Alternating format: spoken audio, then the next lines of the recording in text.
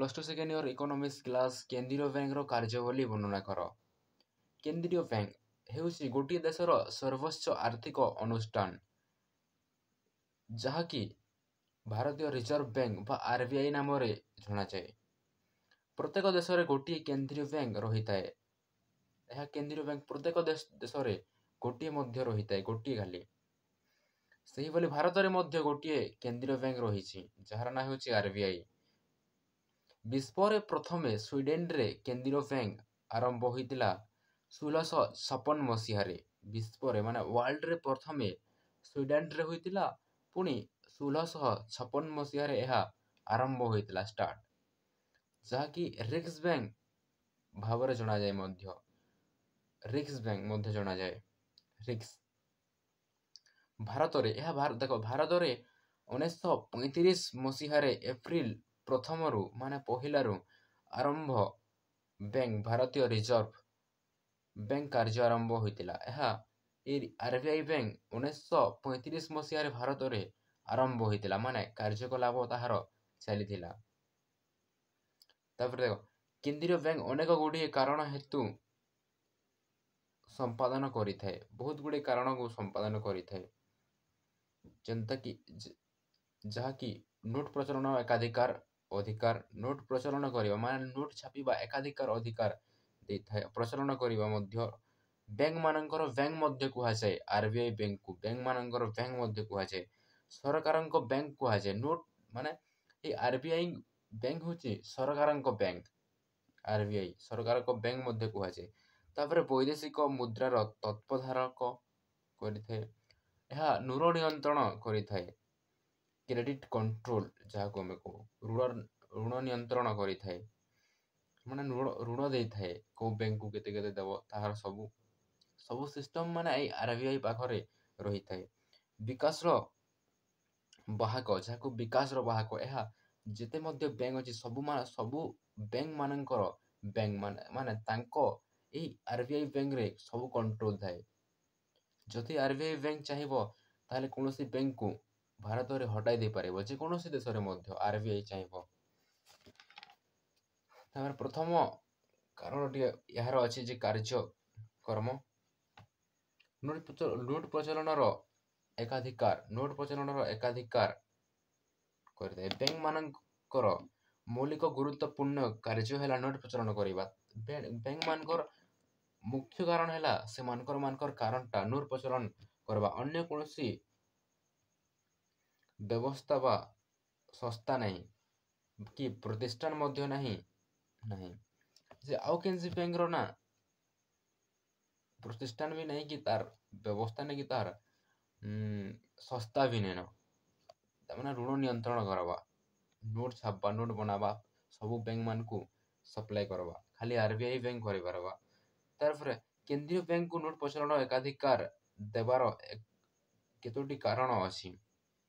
जे एकाधिकार कारण खाली आरबीआई बैंक एकाधिकार कारण खाली नोट प्रचलन करवार गुटे कारण भी अछि। सोची नहीं देछि किनसी कारणटा अछि ना। तापर प्रथम नोट प्रचलन एकाधिकार द्वारा नोट गुड़िकरे समुद्रायता हो पारे। धन्य जो मैंने दुईटा तीन दे गले ना जिते नोट आमर बना जाउछि तो टेढ़ा भी बनावा तामाने एकाधिकार समान नहीं हुए।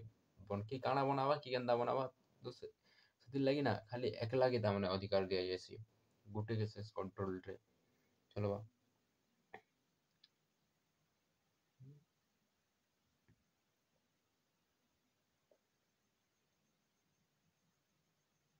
तापर द्वितीय यही अधिकार होछि बैंक द्वारा प्रचलन करिथिबा नोट पछरे राष्ट्र संवर्धन रखिथिबारो नोट गुडी को साधारणतः मानक अवस्था भाषण होई पारिथंती।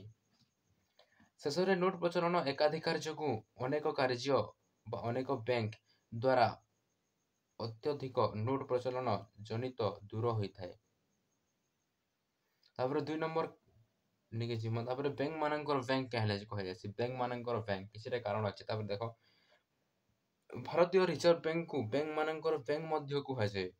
भारत रे जेते गुडी एक आर्थिक अनुष्ठान रहिछि सेगुडी निहाती भावरे ଭାରତୀୟ ରିଜର୍ଭ ବ୍ୟାଙ୍କ ଆଇନ ଅନୁଯାୟୀ କାର୍ଯ୍ୟ କରିବା ଆବଶ୍ୟକ। ଯଦି ସେଗୁଡ଼ିକ ରିଜର୍ଭ ବ୍ୟାଙ୍କ ନିୟମ ମାନନ୍ତି ତେବେ ରିଜର୍ଭ ବ୍ୟାଙ୍କ ସେମାନଙ୍କ ବିରୁଦ୍ଧରେ ଆଇନଗତ କାର୍ଯ୍ୟ ଅନୁଷ୍ଠାନ କରନ୍ତି। ସରକାରଙ୍କ ବ୍ୟାଙ୍କ କେନ୍ଦ୍ରୀୟ ବ୍ୟାଙ୍କକୁ ସରକାରଙ୍କ ବ୍ୟାଙ୍କ ବୋଲି ମଧ୍ୟ କୁହାଯାଏ। ସରକାର ଯେତେ ଗୋଟିଏ ଆର୍ଥିକ ନୀତି ରହିଥାଏ ସେହି ସବୁ କେନ୍ଦ୍ରୀୟ ବ୍ୟାଙ୍କ ଦ୍ୱାରା ହିଁ ସମ୍ପାଦନ କରିଥାଏ। ଏପରିକି ସରକାରଙ୍କ ବ୍ୟାଙ୍କ ଆୟବ୍ୟୟ ଅଟଲ ମଧ୍ୟ କେନ୍ଦ୍ରୀୟ ବ୍ୟାଙ୍କ ଦ୍ୱାରା ହିଁ ନିର୍ଦ୍ଧାରିତ କରାଯାଇଥାଏ। ଏପରି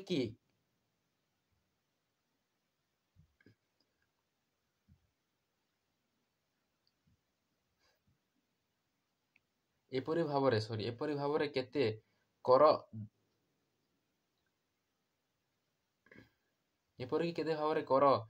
ଧାର୍ଯ୍ୟ କରିବା ତାହା ମଧ୍ୟ କେନ୍ଦ୍ରୀୟ ବ୍ୟାଙ୍କ ଦ୍ୱାରା ହିଁ ନିର୍ଦ୍ଧାରିତ କରାଯାଇଥାଏ। ଏହି କାରଣକୁ କେନ୍ଦ୍ରୀୟ ବ୍ୟାଙ୍କକୁ ସରକାରଙ୍କ ଆର୍ଥିକ ଉପଦେଷ୍ଟା ଭାବେ ବିବେଚନା କରାଯାଏ। ଦେଶର ବୈଦେଶିକ ନିୟମ ଦେଶର ବୈଦେଶିକ ବିନିମୟ ମୁଦ୍ରା ତତ୍ତ୍ୱାବଧାରକ କେନ୍ଦ୍ରୀୟ ବ୍ୟାଙ୍କକୁ ବୈଦେଶିକ ମୁଦ୍ରାର ତତ୍ତ୍ୱାବଧାରକ ବୋଲି ବିବେଚିତ କରାଯାଇଥାଏ। କେନ୍ଦ୍ରୀୟ ବ୍ୟାଙ୍କ ବୈଦେଶିକ ଆର୍ଥିକ ନୀତି ପ୍ରଣୟନ କରିଥାଏ। ଏହା ସହିତ ରପ୍ତାନି ଓ ଆମଦାନିର ନୀତି ମଧ୍ୟରେ କେନ୍ଦ୍ରୀୟ ବ୍ୟାଙ୍କ ଦ୍ୱାରା ପ୍ରଣୟନ କରାଯାଏ। ଅନ୍ତରାଷ୍ଟ୍ରୀୟ ବଜାରରେ ଭାରତୀୟ ମୁଦ୍ରାର ମୂଲ୍ୟ କେନ୍ଦ୍ରୀୟ ବ୍ୟାଙ୍କ ହିଁ ନିର୍ଦ୍ଧାରିତ କରେ।